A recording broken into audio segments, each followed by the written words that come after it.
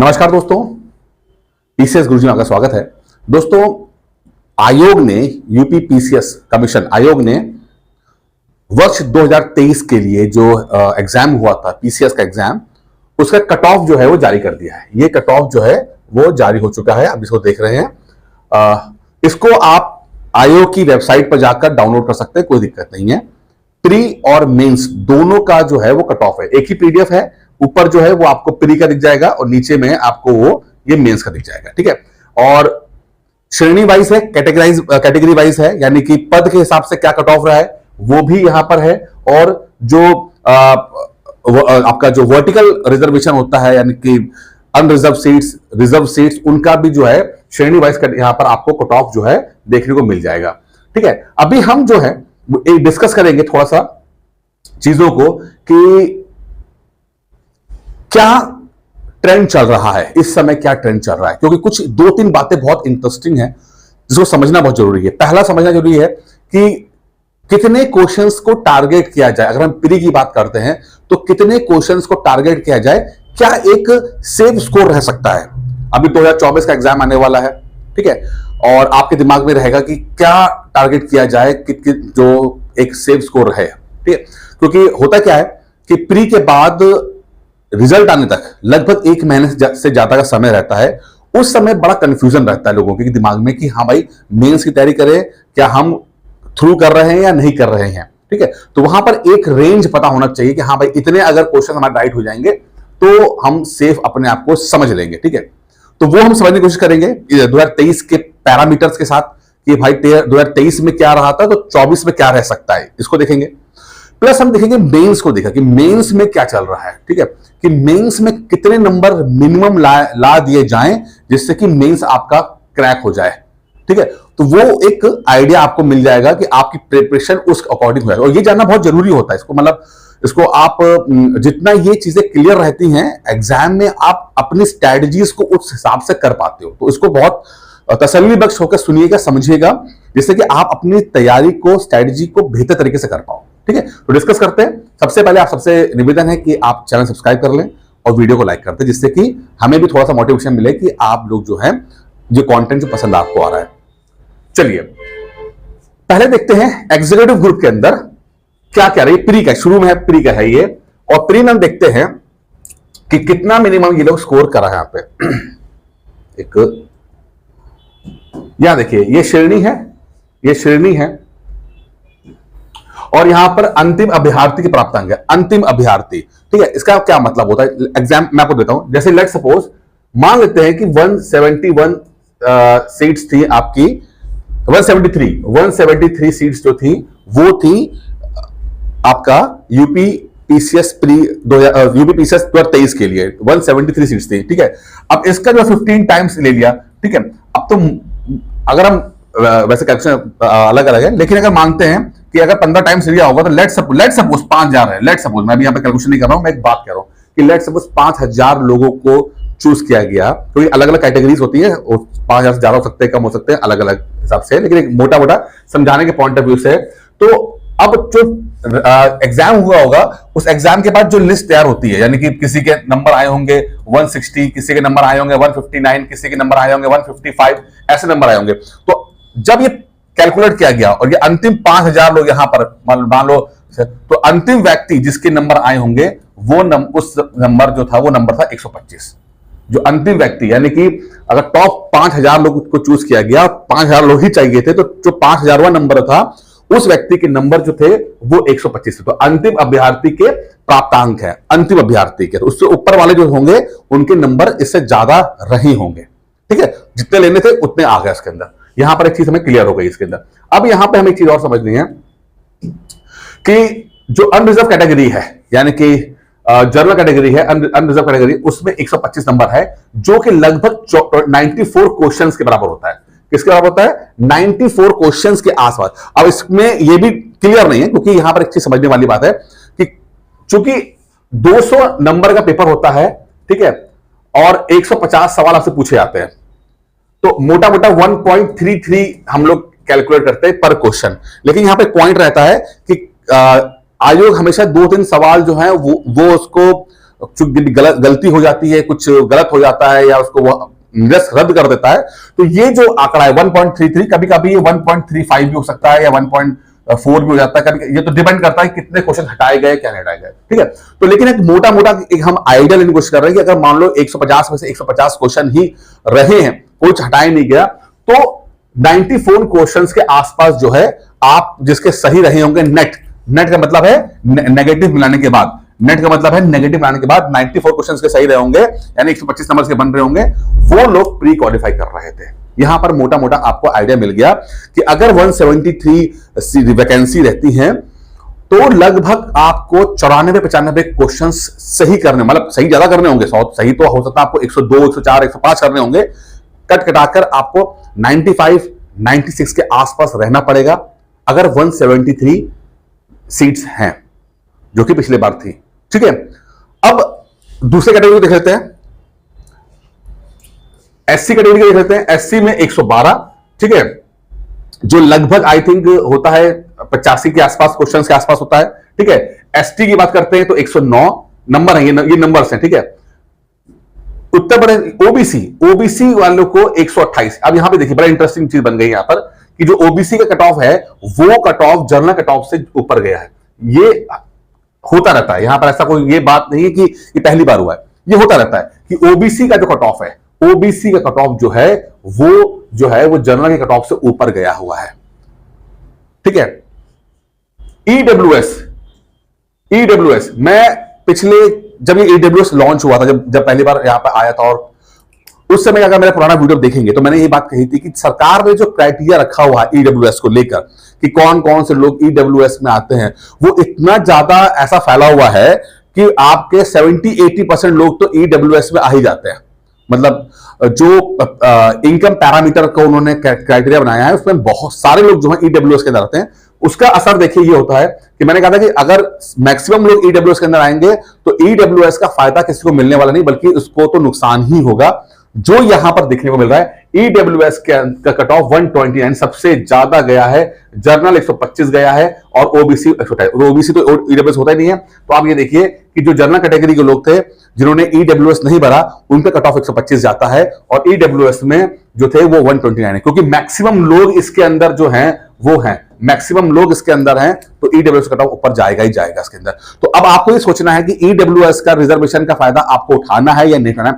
तो कहने को ये रिजर्वेशन है, मुझे तो शुरू से ही ये एक तरह का वो नहीं, एक वर्ड है, जुमला ही लगा है, क्योंकि इससे कोई पर्पस सॉल्व नहीं हो रहा। ना तो आपकी फीस कम होती है, ना तो आपका कोई अटेम्प्ट बढ़ जाता है, आपका एज का कुछ रिलैक्सेशन होता है, और मैक्सिमम लोग ईडब्ल्यूएस में डाल दिया जाता है। तो कहीं ना कहीं ये बस एक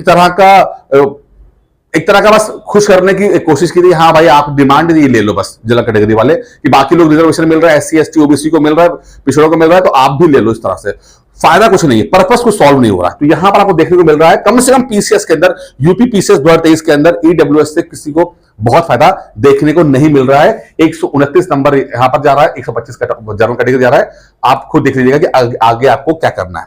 उत्तर प्रदेश डीएफएफ वाले 122 आ रहे हैं, और जो पीएच है यानी फिजिकल हैंडीकैप जो है वो 99 पे गए हैं कट ऑफ उनका, और उत्तर प्रदेश के एक्स सर्विसमैन का 104 गया है, 104 गया है, ठीक है। और महिलाओं का जो कट ऑफ गया है, महिलाओं का 124 गया हुआ है। तो महिलाओं का और जो महिलाएं हैं और 125 पे ही आपका जो है जनरल कैटेगरी का भी आता है, जनरल कैटेगरी का भी आता है। तो ये सब जो है लगभग मोर और लेस 94 क्वेश्चन के आसपास पहुंचते हैं ये, ठीक है। तो 173 अगर सीटें रहेंगी तो आपको 94-95 क्वेश्चंस नेट सही करने पड़ेंगे, ठीक है। अब यहां से बात आती है, ये तो हमने समझ लिया इस चीज को लेकर। अब बात आती है कि हम लोग क्या करें। अब हम लोग जब 2024 का पेपर देंगे तो हम लोग क्या करें, कैसा क्या टारगेट किया जाए जिससे कि चीजें बेहतर रहे। मुझे क्या लगता है कि अगर मान लीजिए जैसे अभी चल के अभी आ रहा है कि लगभग 700 से 800 सीट्स के ऊपर आ रहा है। वैसे तो अभी 220 सीटों का ही नोटिफिकेशन आया हुआ है, लेकिन सीट्स बढ़ जाती हैं, ठीक है। अगर 800 के आसपास गया, नंबर ऑफ सीट्स के आसपास, नंबर ऑफ सीट्स बढ़ी 700-800 गई हैं, तो कट ऑफ नीचे जाएगा। और जब ये कट ऑफ जो है वो नीचे जाएगा, तो मुझे लगता है अगर आप देखें किसी भी हालत के अंदर, मतलब सारी कैटेगरी के बाद 85 to 90 क्वेश्चंस के ऊपर जाएगा ये, तो क्वेश्चंस के ऊपर देखना पड़ेगा। तो मतलब आप 85 to 90 यानी कि हर कैटेगरी वाले 85 से 90 के बीच में अपने आप को रख के देख लीजिएगा, इसके आसपास रहेगा। लेकिन मिनिमम 85 क्वेश्चंस नेट क्वेश्चंस आपको करने पड़ेंगे अगर 700-800 सीटें आती हैं, क्योंकि जब सीट ज्यादा होती है तो ज्यादा लोग ले लिए जाते हैं, तो फिर थोड़ा कट ऑफ नीचे आ जाता है। लेकिन फिर भी थोड़ा अपर साइड रखा है, इससे नीचे थोड़ा जाएगा, फॉर अपर साइड रखा है मैंने कि हाँ भाई कम से कम 85 ले लेंगे तो एक मेक आप श्योरिटी हो जाएगी कि हाँ भाई अब आपका प्री निकल ही जाएगा। तो 85 क्वेश्चन तो आप चाहे जनरल कैटेगरी के हो, चाहे आप SC ST किसी के भी हो, कम से कम आप 85 के आसपास तो पहुंचे ही, अगर सीटें ज्यादा हैं तो। अगर सीट्स कम होती जाएंगी तो आपको दिक्कत आएगी। अब प्रॉब्लम यह है कि आपको पता नहीं होता कितनी सीट्स एक्चुअली आएंगी, कितनी हैं। ये रूमर तो होता है, न्यूज चैनल की वजह, यूट्यूब की वजह से पता लग जाता है आपको इधर उधर से, लेकिन एक्चुअली आपको पता नहीं होता कि कितनी बढ़ गई, तो बाद में पता लगता है। ठीक है, तो for safer side 85 to 90 questions के आसपास अपने आप को रखिएगा, जिससे कि आपका जो है प्री किसी तरह रुके ना आपका। ठीक है, ये एक आपका एक दिमाग में डेटा रहना चाहिए कि हाँ भाई इतना मैं टारगेट करूंगी मैं। ठीक है, बाकी यहाँ पे दिव्यांग जो थे विधि उसके लिए थे, अधिकारी के लिए, अनारक्षित के लिए 121 था, SC के लिए 90 था, ST के लिए 78 पे गया ये, OBC के लिए 113 पे, EWS 123। यहाँ पर भी EWS जो है उसने जो अनरिजर्व को पीछे कर दिया, 123 यहाँ पे आके, एक्स सर्विस 181, महिलाएं 112। प्रावधिक सहायक विशिष्ट अर्हता के लिए अनारक्षित जो है 80 है, SC के लिए 70 है, पिछड़ा वर्ग के लिए 86 है, EWS यहाँ पर भी 89 गया। महिलाओं ने तो खैर यहाँ पर भी आगे ले गए तो 91 चली गई है यहाँ पे। ठीक है, अच्छा सहायक श्रमयुक्त जो है वो उत्तर प्रदेश SC जो है 117 का है, EWS 127 है। ये अलग अलग कैटेगरी है। ठीक है, अब यहाँ ये तो प्री हो गया। अब यहाँ पर बात करते हैं मेंस को लेकर, तो यहाँ पर पदवार और श्रेणीवार कट ऑफ जो है वो अंतिम चयन, अंतिम चयन यानी कि इसमें क्या है, ये मेंस का प्लस इंटरव्यू, मैंने कि 150 क्वेश्चन, आप 150 नंबर जो है, 1,500 नंबर प्लस 100, इसका मिलाकर जो है यानी 1600 में आपका जो है वो देखा जा रहा है कि 1600 में क्या होगा आपका। ठीक है, तो 1600 में अंतिम चयन क्या क्या हो रहा है उसको देखा जा रहा है। तो यहां पर देखिए कि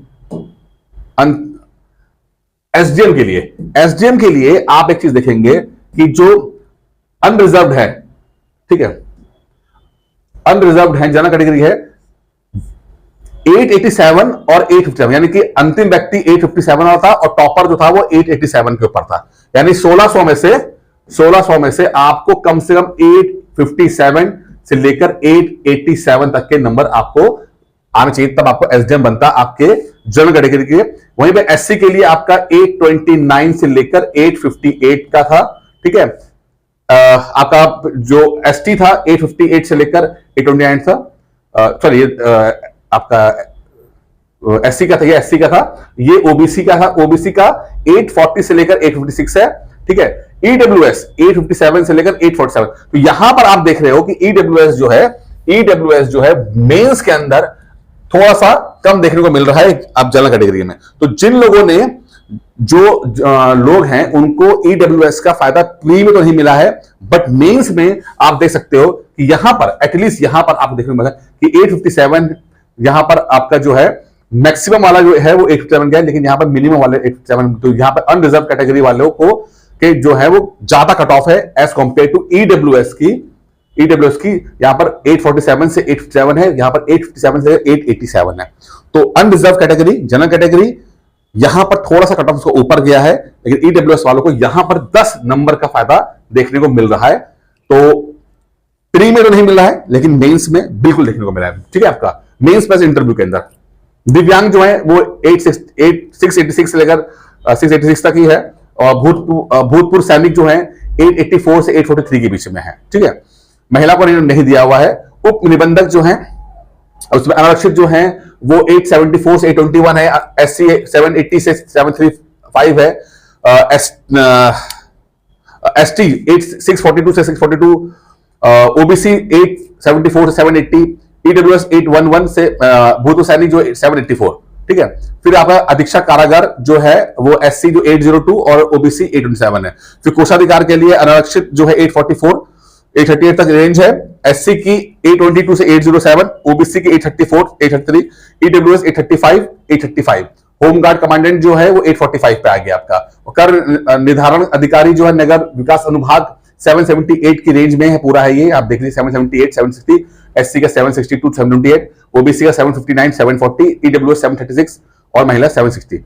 अच्छा, फिर आपका जिला पूर्ति अधिकारी का आया 833 आया है।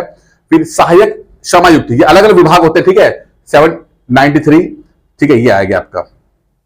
फिर और आपके इस तरह से आ गया। फिर यहां पे आप एक बार और देख सकते हैं, प्रावधिक सहायक भूतत्व वाला है अनारक्षित 775, 662, एससी 586, 586, ये कौन सा विभाग है, प्रावधिक सहायक। अच्छा, ओबीसी 632, ईडब्ल्यूएस 640, ठीक है, प्रावधिक सहायक इसमें भी जो अनरिजर्व 623।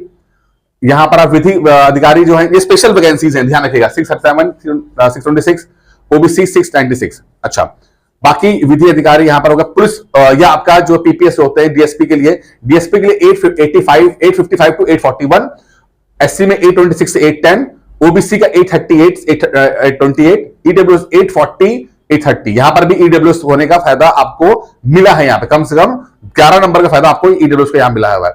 भूतु सैनिक जो है 809, 805, ठीक है। जिला अल्पसंख्यक कल्याण अधिकारी अनारक्षित 837, एससी जो है 796, ओबीसी 825, महिला को नहीं दिया उन्होंने।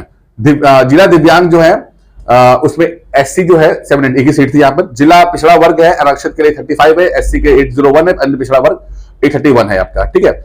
यात्री कर, माला कर, ये सब आपका आ गया, ठीक है। अच्छा, अब ये पूरा इन्होंने दे दिया है। मैं यहाँ पे बस आपको एक बात समझाने की कोशिश कर रहा हूं। जैसे कि कुछ लोग, ये तो श्रेणी वाइज था, ये आपने यहां तक जिन्होंने वीडियो देख लिया तो उनको मैं एक इंपॉर्टेंट बात बता दूं आपको कि जब हम मेंस की बात करते हैं तो एक मोटी मोटी फिगर आपको रखना पड़ेगा। जैसे आपने जितने भी कट ऑफ देखे हैं वैसे अलग अलग कट ऑफ है।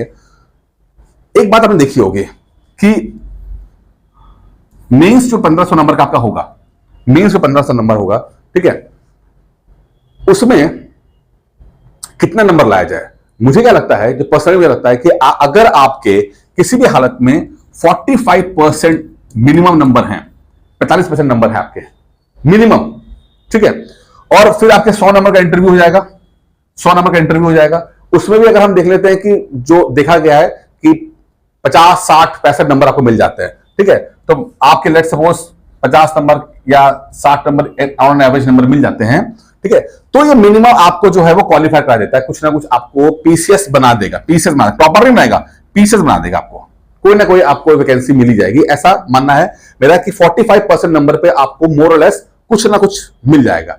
तो आपकी जो स्ट्रेटेजी होनी चाहिए कि हर क्वेश्चन के अंदर, हर सवाल के अंदर आप जो है वो टारगेट लेके चले कि आपके 50% नंबर आपके आ रहे हो। यानी कि अगर 8 नंबर का क्वेश्चन है तो 4 नंबर आपके बन जाए, 12 नंबर का क्वेश्चन है तो आपके किसी तरह से भी 6 नंबर बन जाए।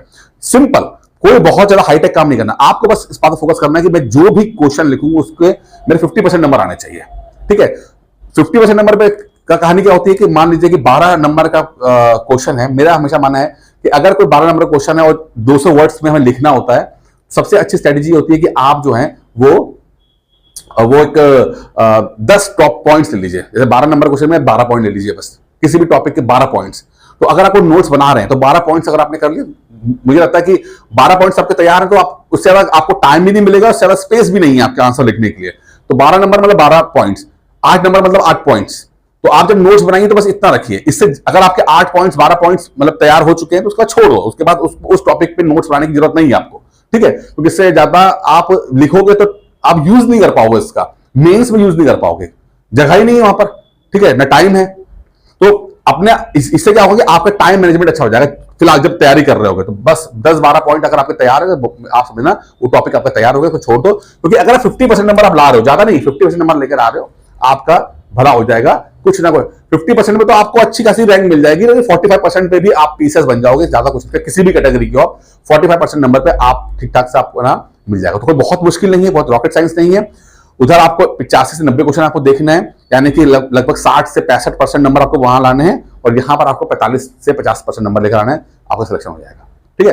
तो इस वीडियो में इतना ही था, उम्मीद करता हूं वीडियो पसंद आया होगा आपको। बाकी आप ये पीडीएफ जो है वो डाउनलोड कर लीजिएगा आराम से कमीशन के आयोग की उससे, और वहां पर आप खुद स्टडी कर सकते हैं। बाकी इस वीडियो में इतना ही है, धन्यवाद।